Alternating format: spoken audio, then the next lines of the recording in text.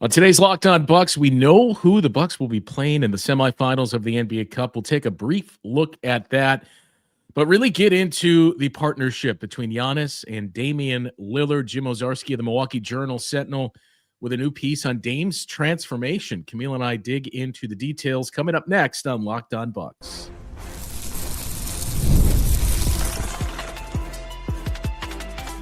You are Locked On Bucks, your daily Milwaukee Bucks podcast, part of the Locked On Podcast Network, your team every day.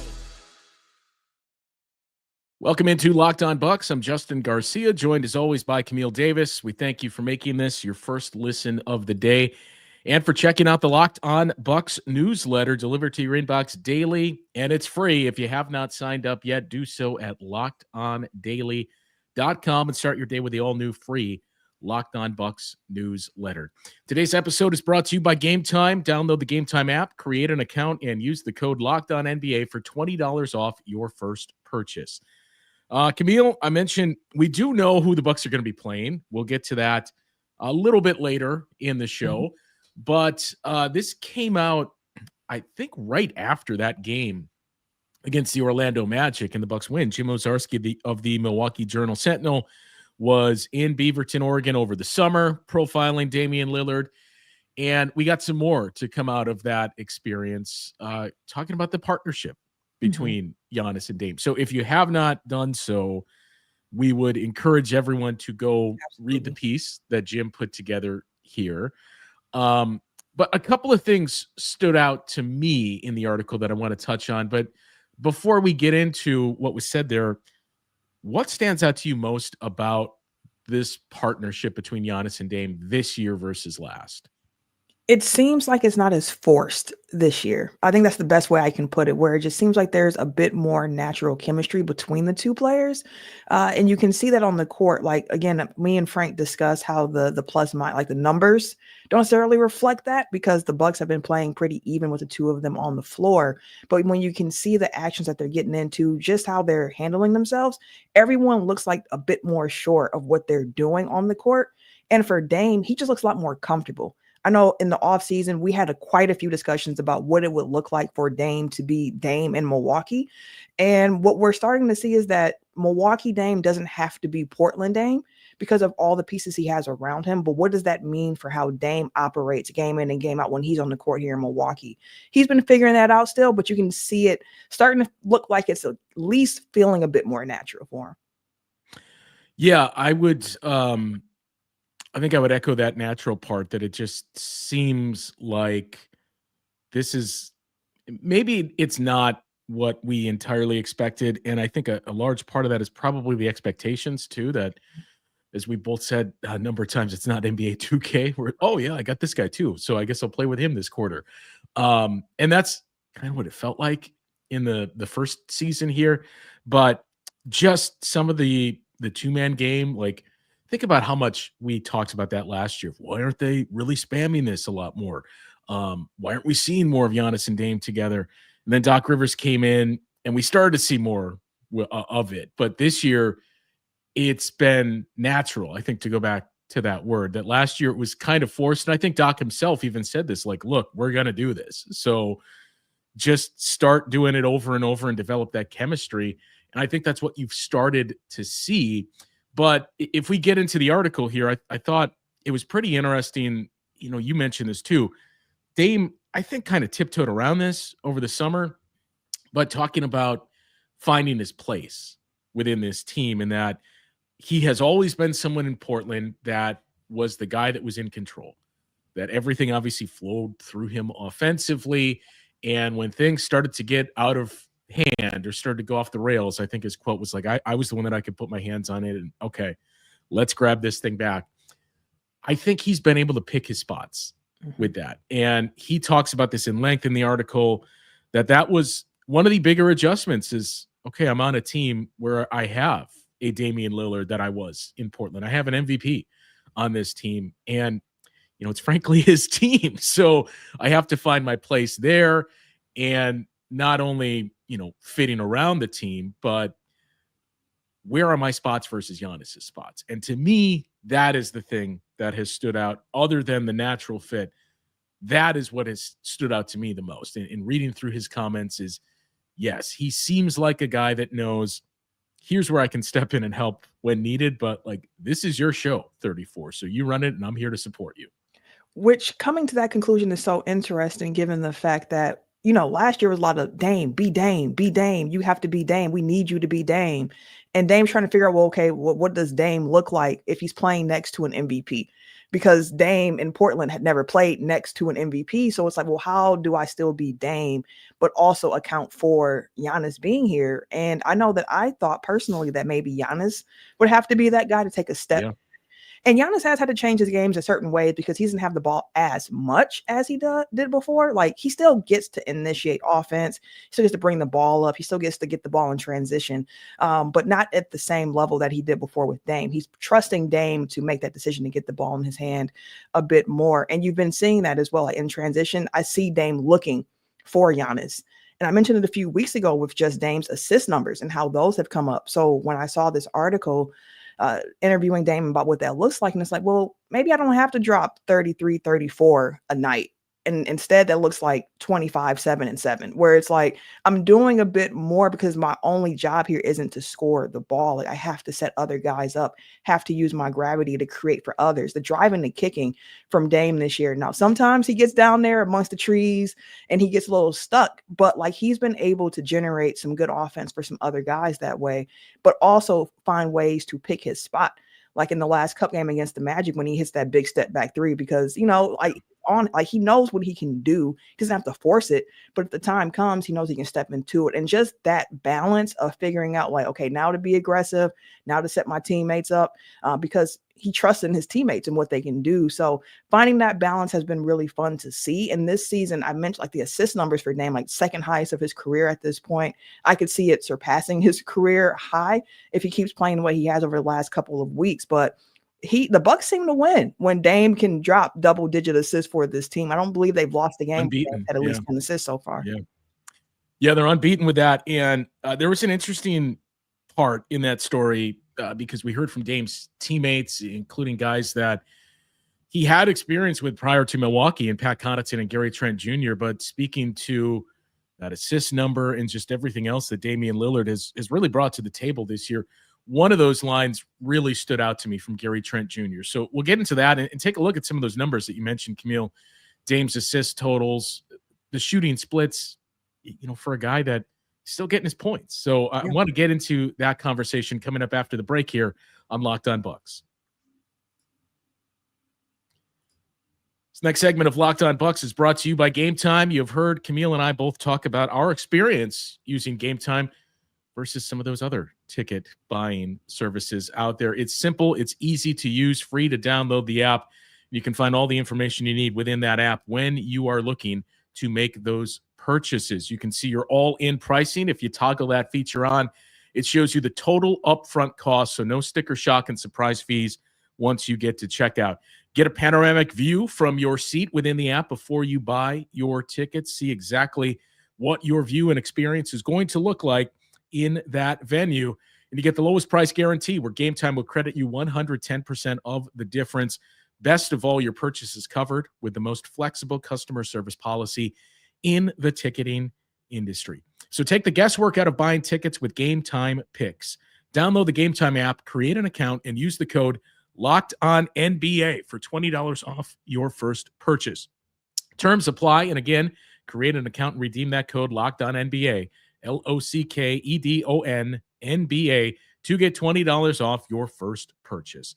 Download Game Time today. What time is it? Game Time. So I mentioned just about all of Dame's teammates were interviewed at various points for this piece that Jim Ozarski put together. And he did have experience playing with Pat Connaughton. It was one of the first things we all mentioned of, I wonder if Dame played with Pat in Portland. Oh, yeah, he did. And that certainly got talked about quite a bit last year. Gary Trent Jr. was another piece this summer when we talked about, I wonder if Dame was the master recruiter in that process. And as we found out from Gary Trent Jr. at Media Day, yeah, he did play a pretty sizable role in that. But Gary Trent specifically talked about Damian Lillard and what he's doing, what he's been able to see from Dame throughout his career, and now playing next to him once again this year, and saying, look, he can still get 30 or 40 points any given night. He just does what he needs to do for the betterment of the team. And before we go further, I think that kind of, speaks to, and it's backed up by some of those numbers that we mentioned, that his assists, not just the raw assist numbers, his assist rate has been up this season. He's had those games where he's taken over offensively, specifically in Miami when Giannis was out, but you've had some other outbursts when nothing else is working on nights when there is Giannis is hot or other guys are knocking it down. You see high assist totals. So I think we've seen that from Damian Lillard, that he is more than willing to slide into any role so far this season. And Trent went on to finish with, he can easily get to 30 any point at any given night. But, when you look at the numbers, if he goes from scoring 30 plus a game to getting 25 or 28 and 7 assists, that's not a statistical drop off because of what he's doing for the rest of the team. And I think early on this season, especially, that's a lot of what you heard of, well, I think Dame's entering the twilight and he's not scoring quite as much. And I get that's the conversation that's going to naturally happen. But to Gary Trent Jr.'s point, if you watch these games, he's still making a sizable impact even when he's not scoring. There are a lot of ways to affect the game outside of scoring the ball. Like, of course, the objective of the game is to outscore your opponent, but you got teammates who can also do that as well. So if you can put them in good situations, if you can bring energy defensively, however you can affect the game. I mean, you and Frank highlighted Chris Middleton affecting the game against the Magic without scoring points, with all the assists and just setting up his teammates. Like, there's so many different ways you can go about doing it. And for Dame, I think that was part of last year where you could see him thinking it through. Like, I feel like I should be doing this, but I am doing this. And this year just feels like he's just playing. Like, he is just out here hooping. He's letting the game come to him. He's not forcing it as much. There have been times throughout the season when it's not just Dame, but Giannis too, where, down the stretch, the ball starts sticking a little bit more, but they seem to understand what the formula is for victory. And that's one thing that I've been enjoying about year 2 of Dame in Milwaukee, outside of the fact that, just seeing the lobs to Giannis, the touch that's being there for those passes and the chemistry between those two developing, seeing him and Brooke, just seeing him on the court and also being someone who's using his voice a little bit more and directing people and trying to get people where he wants them to be. So for Dame, it's not going to look like Portland. And the best thing about that is that it doesn't have to in Milwaukee. You don't have to look like Portland Dame to be an effective player in Milwaukee. And it feels like everyone is buying into that. And that's also why this upcoming Cup game against the Hawks is going to be interesting to see, because the way the Hawks played Dame earlier in this season caused a lot of turnovers. They have a lot of length, a lot of size. Those seem to be those matchups for Dame that can give him a little bit of trouble while he's been with Milwaukee so far. So I think that that's going to be a really, really good test for the Bucks after losing to the Hawks earlier this season on that second night of a back-to-back. Yeah, and that last part that you touched on there too, before we get to the Atlanta piece, to me, is one of the other things to really focus on here from Damian Lillard this season, and talking about, I hear it all the time, and he mentioned this specifically in the article too. Like, when I have a 30-point game, people are like, oh, that's Portland Dame. And, to me, the long and short of it was, look, we tried that in Portland and I had great numbers. We didn't win. We didn't come close to achieving our goals and reaching the heights that we wanted to there. So Portland Dame is one thing. It has its place. And sure, I can still pull that out when need be, but I need to do what I can do to help this team win. And it's not just me, it's everybody on this team. And that was kind of the point of this article. And especially the way that it closes, to me, was what really resonated the most, where he's talking about those things. He's talking about sacrifices and wanting to win, and why this is important. I think what we have seen from Damian Lillard, it dates back to that series against the Pacers last year, where before game 5, I think it was game 4, I think. Before that game, he and Giannis were on the court together. Mm-hmm. After a shoot around had wrapped up, it was just the two of them, and they had that come to Jesus meeting where Dame had basically said, look, this is on us to make this work. If it doesn't work, we're the ones that are going to get the blame. Maybe the coach, maybe the GM, but we're the most visible and we're the guys that are going to hear it. So we got to really figure this out. I don't think you can watch Damian Lillard this season and not feel like that message has carried through. And just the last thing to point to is, how he closed it too. When he says to Jim Ozarski with the question of essentially like, why is this so important to you? And I'm away from my family. I'm away from my kids. I'm away from everything that I know and my comfort in Portland. So why would you not take this opportunity to pour everything into what can I do? What can I do to help my teammates? And how can we figure this out to win? That sacrifice piece of it, like I'm glad you said that because it sparked one more thought that I had about the article and about Dame's play so far this season. Remember last year when Doc was new to Milwaukee and there was that game, I can't forget who the opponent was, but down the stretch, Doc pulled Dame out for the last few possessions, and there was a report that Dame was upset. Like, don't pull me off the court in these moments. Woo, woo, woo, woo, woo. And this year, you've seen Doc lean into offense-defense substitutions. Mm-hmm. We haven't seen anything from Dame complaining about being taken off the floor in those offense-defense switches.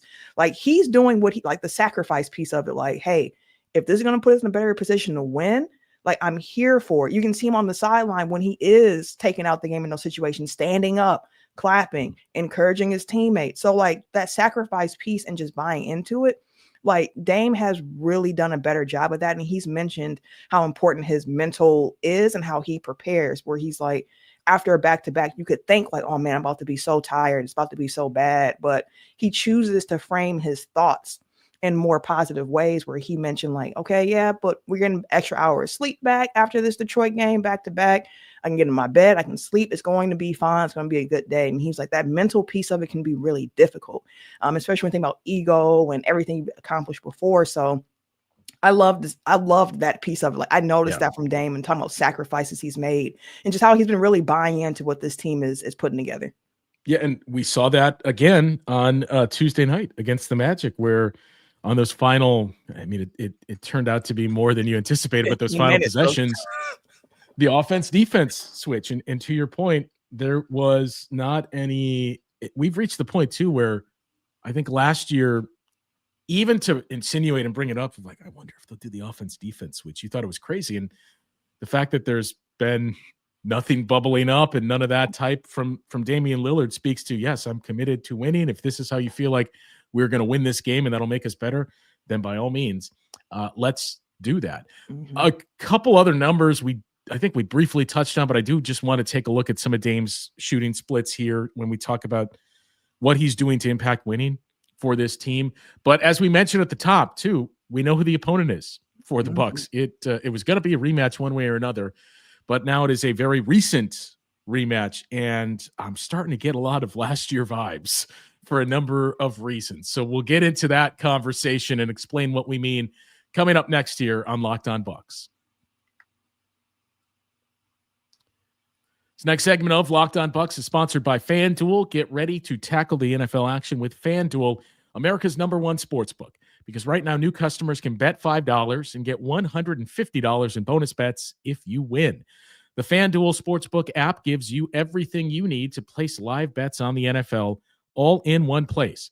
So when you get a hunch in the middle of the game, you can check out the latest stats, view live play-by-play, and so much more, all on the same page where you place your bets. Just join FanDuel.com to get started today, and you will get started with $150 in bonus bets if you win your first $5 bet. That's FanDuel.com. Never waste a hunch and make every moment more with FanDuel, an official sportsbook partner of the NFL. So the Bucks, as we mentioned, are unbeaten in games where Damian Lillard has double-digit assists this season. Narrowly missed out again on that Magic game. I think because we heard Gary Trent Jr. mention the shooting or the overall splits for Dame of, hey, if he has 24 points, 7 assists, and 7 boards, it's not a step back statistically. To me, the more interesting part is just looking at the high volume of assist games. They've only lost once when he's had 9 or more of those assists, and one of those losses, that one loss, I should say, was the 1 point loss to the Cleveland Cavaliers. So when he's moving the ball like that, the Bucks are really good. 6-0 when he's got 10 or more assists, 7-1 when he reaches 9 or more assists. But Camille, just looking at his shooting splits here, they've gotten better, but still 43%, 44% essentially from the floor, 37% from 3-point. It's not, again, I don't want to say these are bad numbers because we had that conversation last year, but I think we had hopes for an increase. What has stood out is he's shooting twos a lot better this season. I think part of that is what he's opening up by getting to the rim more. It seems like he's more consistently hitting that long mid-range two as well, but the field goal percentage is up from last year, and you would hope so. We talked about the career worst, or at least since the first couple of years of his career numbers that he had there. They're getting better is the larger point. The numbers in terms of his efficiency did really look like what we saw last year for the first, 10 to 15 games before it started to pick up. But to me, what stood out most was, okay, even if he's shooting 35, and I think at one point he was shooting like 28% on threes, even if he's there, the fact that this guy already has, I think it's 8 now, but at the time, 7 30-point games in through the first, 14, 15 games. Shooting like that, to me, is what gives you the optimism and shows you, okay, it's in there. And to his point in that story with Jim Ozarski, he knows this is the time where I need to pull that out. Like, you need me here. Case in point, the Magic game, where Damian Lillard, okay, I got this from here. We're down 3. I know how to get to my spot here. I know how to create some separation on the wing. I'm going to knock down this 3. Next possession down the floor. Oh, they're not paying attention. I'm going to put us in the lead and get to the paint. So that, to me, is what has stood out the most is, look, even if it's not great efficiency, and to be clear, it's getting a lot better. Yeah. He's still getting that point production. Yeah, and it's, I think, to the point of like looking at Dame's numbers, I think it's, like you said, it's getting better. It's better than what it was last year. Because if you look at his numbers last year, he shot about 35% from 3, shooting about 37% from 3 this season. Last season, he shot 49% on his 2-point attempts, 54% this year. So like the numbers are better. I could see folks hoping for a little bit more from him still, but like there's a lot of season left to go. He got off to a little bit of a slow start, had a couple of down games there for a stretch after he had a nice stretch of, I think it was like 25 point plus games. And he had a couple where he was scoring like 10, 12 points, but I've been happy with Dame's performances so far this season. And that's another reason why like the NBA Cup is so exciting to me, because it gives you a higher pressure situation to operate in. It's like a playoff light atmosphere. So Justin, before we even get into the Hawks matchup, let me ask you this. When you were watching that Hawks-Knicks game last night, did you have a preference of playing one of those teams over the other? Because I think both the Knicks and the Hawks present some interesting challenges for the Bucks. I mean, famous last words, but I think the Knicks present less challenges than the Hawks. Like, you know what you're dealing with. It's going to be a lot of pick and roll, and like you're going to lean on Ajax a lot because of the Jalen Brunson factor. You didn't have a great matchup with Karl Towns in the first game where he exploded in the first half. So those are the challenges, but that Knicks defense hasn't been what we expected so far this season. Part of that is, they don't have great rim protection. But even some of the perimeter pieces, OG Anunoby has still been very good, but the rest, I don't think has matched what they hope to get. It's still early. The Hawks, though, I think Frank revealed this too when we were talking before that game, days before, after Frank and I did the post game of that Pistons game. Yeah. When we wrapped, I had said, they're losing by double digits tomorrow because it's night 2 of a back-to-back, and this team, similar to the Magic, they're the type of team that is going to give the Bucks a lot of problems. And watching that game, it gives you a lot of vibes to last year when I mentioned of like, man, have the Hawks just straight up stolen the Indiana Pacers identity? Like, coming out of nowhere, left for dead before the season. The Hawks even more so than the Pacers. Everybody like, what are they doing? It's time to trade Trae Young, and this team is going to be one of the worst in the league. And they've just found this athletic defensive identity, like they have all these guys that can throw at you. Granted, last year it was the Pacers getting it done with a high octane offense. This is a more, I don't know if I'd say efficient, but a more measured offense, but it's their defense that they throw out there and rebounding. And they're just full of young athletes that it's starting to remind you of, is this the team that's going to get a little bit of a boost where we look up at the end of the regular season and we think, man, the Hawks got the 6th seed and they got all the way to the second round or the conference finals even. And we're having the same conversation of Quinn Snyder saying, I don't think we get there if it wasn't for the NBA Cup. Listen, last year we were making the joke that the Pacers were the 21 Hawks, and now the Hawks are last year's Pacers, which means they're the 21 Hawks again, possibly. So this team, like Trae Young has been a really interesting piece because the offensive production of his scoring hasn't been there as it has been in previous seasons, but he has been deferring a lot. And I can see why, because Jalen Johnson really looks like he took a leap. Dyson Daniels, him alone has made that trade this offseason worth it for the Hawks, I would say, because the role that Murray was tasked to play, I feel like the defense wasn't there for him a lot of the times in Atlanta. But Dyson Daniels is giving that to the Hawks in bunches. They just have a lot of long, lengthy defenders. They run fast. They do a lot of things well that can give the Bucks trouble. I saw a comment come in about that as well. But prior to the last Hawks game, when I was looking up the numbers, at that time, the Hawks were top 5 in transition frequency. They were top 10 in offensive rebound rate. Yeah. Plus, they were like 6th or 7th in turnover percentage. So like they're a team that like to force turnovers. They get out and run, and they will get themselves extra possessions because they love to crash the offensive glass. They had 22 boards against the Knicks last night. Like the Bucks are going to have a challenge on their hands, and they're going to have to make sure that they are boxing out, that they're on top of rotations. They have to be sharp in getting back in transitions. Because even when we played the Hawks earlier this year, they lit the Bucks up in fast break points in that first half in particular before the Bucks were able to kind of settle into the game. And it was, going back to that game, we'll get into all the matchups in much more detail on tomorrow's show. But going back to that game, that was where Doc had said afterwards, too, he was kind of kicking himself for not going like 12 deep in the first half because it was night 2 of a back-to-back. And Bucks got off to a pretty good start. They were up double digits in the first or second quarter before the Hawks just ran away with it, and it looked like the Bucks had some dead legs going on. But that's what has stood out the most to me about watching this team sporadically this season, and obviously up close in the matchup with the Bucks. And last night was Jalen Johnson in what he has continued to do. We saw it late last year, but he's really continued to build on that. I'm sure there's a lot of Jalen Johnson fans that are listening to the show, or at least people that have a relationship or previous history with him as a Wisconsin native. DeAndre Hunter, was kind of like left for dead. And we were all talking about, man, when he signed the deal, you thought, oh, this is a really good deal. And then it quickly morphed into, this is a terrible deal. What's he going to bring to the team? He's picked himself back up, and he's been very impactful of late for this team. I've always loved Antetokounmpo, and especially when you talk about the rebounding numbers. I mean, he has basically been a walking double-double and gets it done on the offensive glass. So you have that.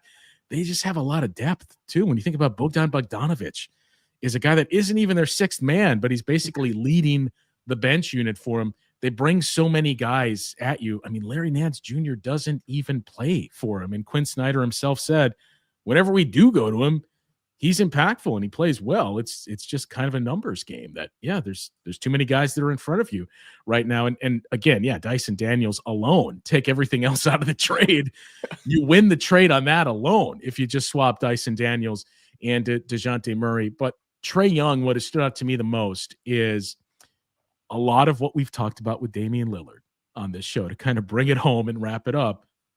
I think Trae Young is basically played the same way in looking into, all right, it didn't work before, we reached the conference finals, and you look at the way that I was playing, you heard chatter about teammates don't like to play with him, and this isn't a fun style to play.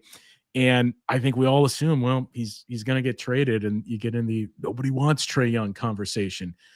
I think Trae Young and Damian Lillard are two guys, and Dame to a much lesser extent, that have said, all right, I'm going to figure out how to fit in with this group. And he's been deferring a lot more, but last night, and it's kind of been the case too with his splits, he takes over in those big moments when it matters. I think he had 17 or 18 points in the second half last night.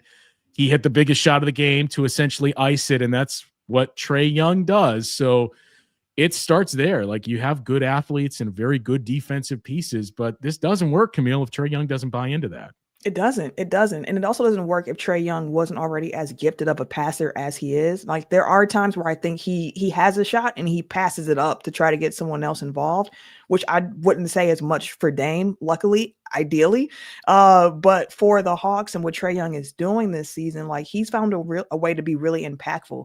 And it's like he trusts what his teammates can do. It's like we were talking about with Dame earlier, like Jalen Johnson, the work that he's put in.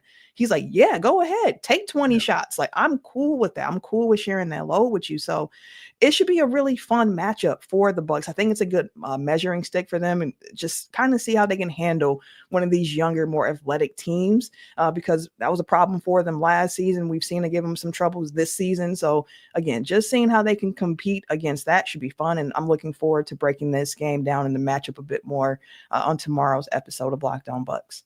Yeah, and I'm especially looking forward to the fact that it is the 3:30 tip. Yes, the early tip. Saturday. So you're done with the day early. You got enough time to check out the return of Saturday night's main event afterwards as well. But 3:30, you get 3 days off, 3:30.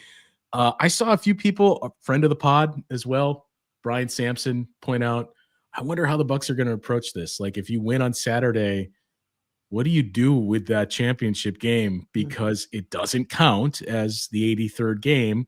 And you got a stretch coming up where you play, I think he pointed out it was 6 games in 12 days. I mean, that's standard schedule for the most part. And you've baked in a lot of time off leading up to it. And for how much we've heard Doc Rivers talk about, if there's a trophy, we want to win. We're competitive guys.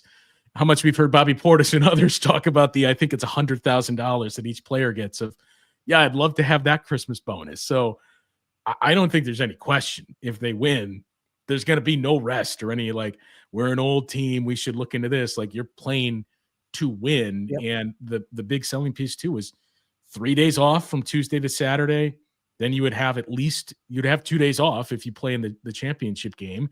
And then after that, you'd have 2 days off again before you play on a back-to-back. But yeah, they've had a lot of that time off. So I don't expect anything less than this team trying to win that cup. And more importantly, as we wrap here, Camille, trying to preserve the cup legacy of Darvin Ham. That's right. Prince. Keep him undefeated. Got to keep Ham undefeated. And for the Bucks, it's a chance to get back to Prince too. Don't sleep on that. Prince too. That is right. It's a chance to get back to Vegas and try to do what you couldn't do last year and get to that finals matchup. So I'm here for it. It should be fun. And the last thing I would say is, we talked about seeing that progress and growth and things looking different than last year. Saturday to me is part of that, because last year, I wouldn't say you limped into the semifinals, but they blew through the opposition. There was a lot of signs of like, yeah, they're winning, but this doesn't look great right now.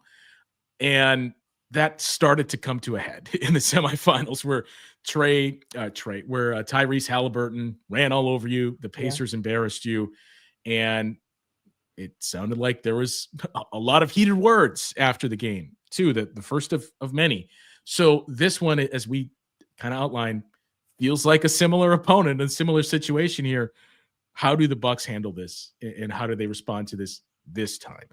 Even if they lose and it's a competitive game and it's played well, that in itself is progress, continued progress from what we saw most of last season. But yes, we will take a much closer look at the matchup at the Atlanta Hawks, dig back into the numbers from that game. Granted, it was night 2 of a back-to-back for the Bucks just a week ago here as we get set for the semifinals of the NBA Cup. We'll do that on tomorrow's show. That will do it for today's show, though. For Camille, I'm Justin. We will talk to you guys once again tomorrow on Locked On Bucks.